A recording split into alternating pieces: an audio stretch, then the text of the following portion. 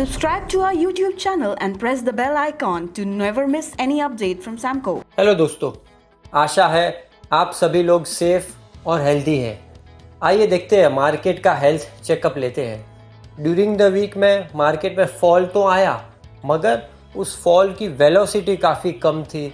Number of sectors जो shares नीचे जा रहे थे वो कम थे, तो थोड़ा बहुत ऐसा महसूस होता है कि मार्केट में जैसा एक्सपेक्टेड था कि एक ये जो फॉल है वो शायद उतना डैमेज नहीं करेगा।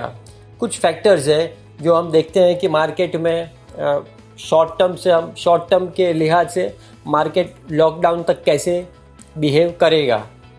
तीन चार फैक्टर्स मैंने देखे हैं। एक, ये जो चार्ट आप देख रहे हैं वो विक्स है, जो वोलेटिलिटी इंडेक्स इंडिया का, ये आवरली चार्ट है। आप इसको गौर से देखिए।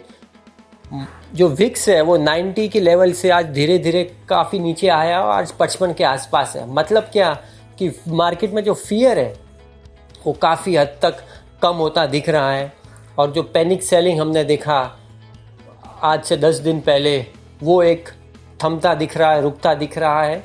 और ये विक्स एक जो सबसे बड़ा बैरोमीटर है फियर को गेज करने का, तो इससे हमें ऐसा लगता है कि मार्केट में फियर अब धीरे धीरे काफ़ी कम हो रहा है, और इसके कारण जो पैनिक सेलिंग हमने देखा था वो भी अब कम हो रहा है।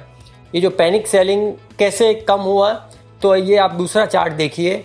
इसमें जो वॉल्यूम्स है आप नीचे देखिए, पहले कितना ज़्यादा था वॉल्यूम मार्केट जब नीचे आया तब, और अब जब मार्केट वापस नीचे जा रहा है तो वॉल्यूम्स भी काफ़ी कम है, तकरीबन 40 से 50% वॉल्यूम्स कम है। तीसरा फैक्टर, मार्केट में जो ओपन इंटरेस्ट है, मार्केट वाइड जो ओपन इंटरेस्ट, वो भी तकरीबन 60% कम है पिछले 2-3 महीनों के हाई से। मतलब लिवरेज पोजीशन मार्केट में भी काफ़ी कम हो चुकी है, और जब लिवरेज कम है दोस्तों, तब मार्केट में जो बड़े वेरिएशंस या बड़ी वोलेटिलिटी आती है वो अपने आप कम होती है। तो ये कुछ फैक्टर्स है जिससे हमें पता लगता है कि market wide at an aggregate level जो इंडिकेटर्स है वो अब ऐसे संकेत देते हैं कि मार्केट में अब पहले जितना फॉल आने वाला नहीं है। जो मार्च महीने में जो 20 से 30% कट आया मार्केट में, अब वापस अप्रैल में उतना आने वाला नहीं है। दूसरा जो सेक्टर्स भी है, जो फाइनेंशियल सेक्टर एक ऐसा इकलौता सेक्टर है जो जिसमें सेलिंग आ रहा है। बाकी ज़्यादातर सब सेक्टर्स में मार्केट में उतना सेलिंग नहीं है, या मार्केट में कई ऐसे सेक्टर्स हमने देखे हैं जो वहाँ पे बाइंग भी शुरू हुआ है। जो एक्सपोर्ट ओरिएंटेड कंपनियां हैं, या जो केमिकल्स है जो एक्सपोर्ट करती है, इनफैक्ट फार्मास्यूटिकल्स में भी हमने काफ़ी अच्छी बाइंग देखी है। तो अब धीरे धीरे माहौल अच्छा होता दिख रहा है और मार्केट में धीरे धीरे एक स्टेबिलिटी आ रही है। तो ये हम जो शॉर्ट टर्म में आपको जो लॉकडाउन तक तकरीबन मार्केट कैसे चलेगा, तो उसमें ऐसा लगता है कि मार्केट में बाय ऑन डिप्स होना चाहिए। मार्केट धीरे धीरे एक बार वापस 8,500 के आसपास आता दिखता है, और 8,000 7,900 एक स्टॉप रख के मार्केट में लॉन्ग पोजीशंस लेनी चाहिए।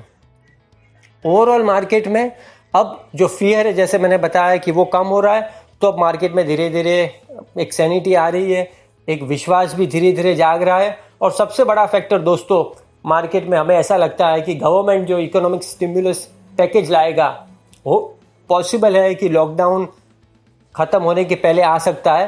तो उसके कारण मार्केट में एक एक्सपेक्टेड रैली हम देख रहे हैं मार्केट में, और वापस मार्केट 9,000 तो नहीं, मगर फिर भी एक अच्छा 700-800 पॉइंट का बाउंस मार्केट में उसके कारण आ सकता है। तो ऐसा ये एक शॉर्ट टर्म रुझान है।